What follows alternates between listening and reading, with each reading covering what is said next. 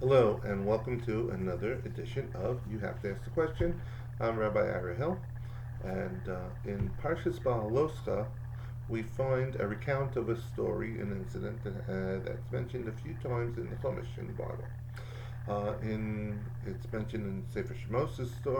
This story. It's mentioned in Sefer Vayikra. It's recounted again in Sefer Devarim as well. But each Sefer has its own nuances and take on the story and comes from various perspectives. In Parshas Baaloscha, we learn about the giving of the Torah, the Maaseh Har Sinai, and the aftermath of when they established a Sanhedrin. Right. So in this week's parsha, in Parshas Baaloscha, which is this week's, uh, says that it talks that Hashem instructed Moshe to pick 6 people, 6 men, leaders, Zakanim, from each of the tribes. And since there are 12 tribes, we do the basic math. The 6 times 12 is 72. However, we know that the Sanhedrin comprised of 70 people. So what they did was they drew lots. In 70 of the lots, there was a word written on it to say that they were to go up, and two of the sheets of pieces of paper had blanks on them. And once the 70 Sikanim ranked went up there to there, Moshe set them as the Sanhedrin, gave them smicha, and Hashem descended upon the group, and they had Ruach HaKodesh, they had Nevuah, and they were able to have prophecy. As well as the 2 people who remained behind in the camp, they also received prophecy in order to show that they weren't any less than them, and for whatever reasons, they weren't part of the Sanhedrin. And the Torah goes out of its way to name these 2 people. One was named Eldad, and the other one was named Medad. And they received the prophecy as well, and they started prophesying in the camp. At that time, somebody says the Nar ran and told Moshe that these 2 were prophesying in the camp, and Yeshua said that who was there with Moshe said that you should knock them down. There's different commentaries on what that means, either that they deserve Misa or that they should be put into a position that would lower that eventually break them. A position of authority. We learn out that getting in a position of authority eventually wears down a person, but that's another topic. So Eldad and Medad were prophecy, and what did they do? They prophesied. What is the famous prophecy that they had was that Moshe Rabbeinu was going to die, and that Yeshua was going to lead Klal Yisrael, the Bnei Yisrael, into Eretz Yisrael, which is a prophecy. And we can see why some people were upset on that. But the bigger question that one should ask is: this is 40 years earlier. This is the day. This is when the Torah was given. 49 days after they left Har Sinai. They did not do the Maisa with the spies yet. They didn't do the Maisa with the Egel yet. There was no reason to believe that they were going to be delayed 40 years in the desert.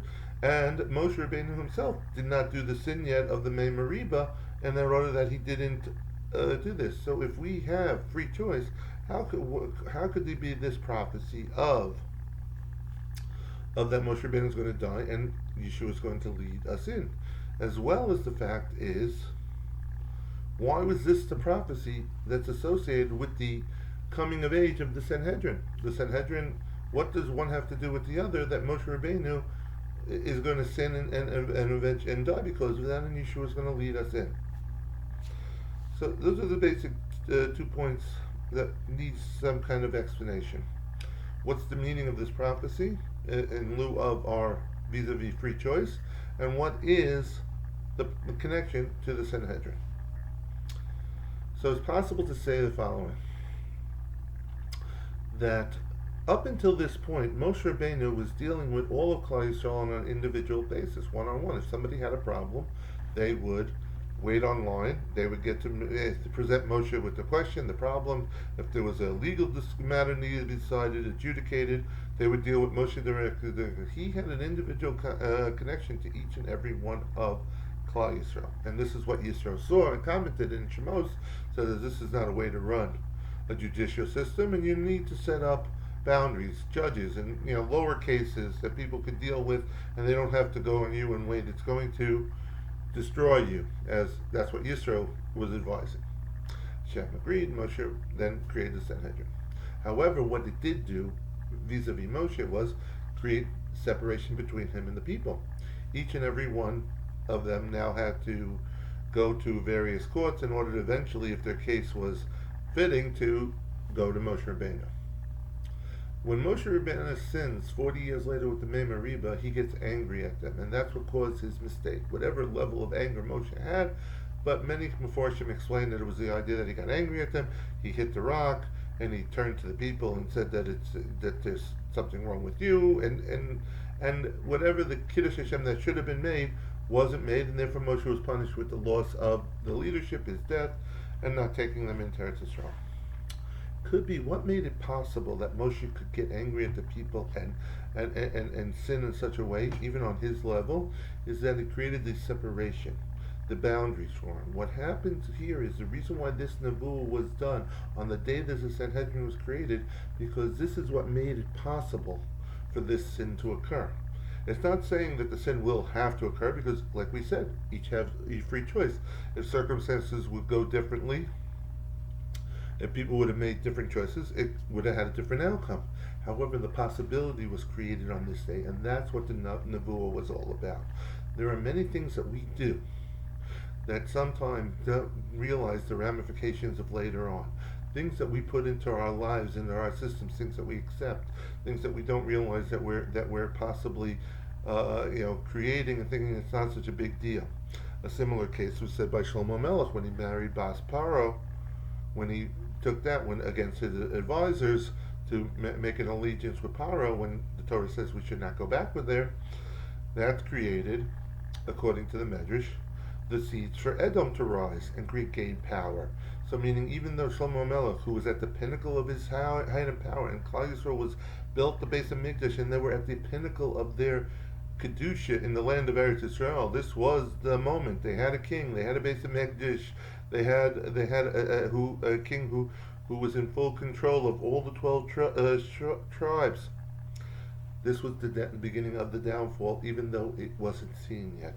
Over here, this was Moshe's potential downfall, and that was what the warning was, is that you now, because of this, even though it was the proper thing to do at the time, even though it was right to make the Sanhedrin, you're leaving yourself open to a potential downfall, which manifests 40 years later.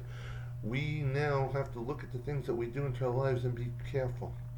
We have to be sensitive to what we're doing, positive and negative, and sometimes even a positive action can have negative consequences if it's done. There are times when people have situations of tough love, of situations where they have to take a harsh stance in the proper mode.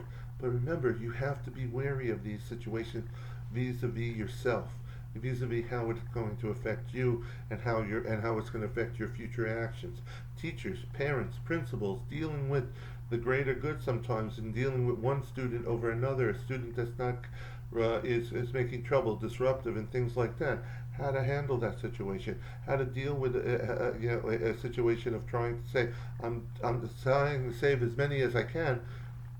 Yes, you may need to make that action. You may need to take that child out of the school and out of that environment because he really is having that desert effect. However, you have to do everything your best not to become that person and jaded and separate. You have to do your best to help this child now as an individual. How to get him into another school, how to get him into a better situation, how to deal with these things. Meaning our responsibility doesn't end with doing the right action. Sometimes we have to realize what the ramifications. And here's an example of an action that was deemed positive, eventually led to a later on downfall. We should be careful. We should be sensitive to everybody around us and trying to realize it's not to be sensitive to our actions. Hopefully with that and the building together, bring the Mashiach ben Herabi. Amen.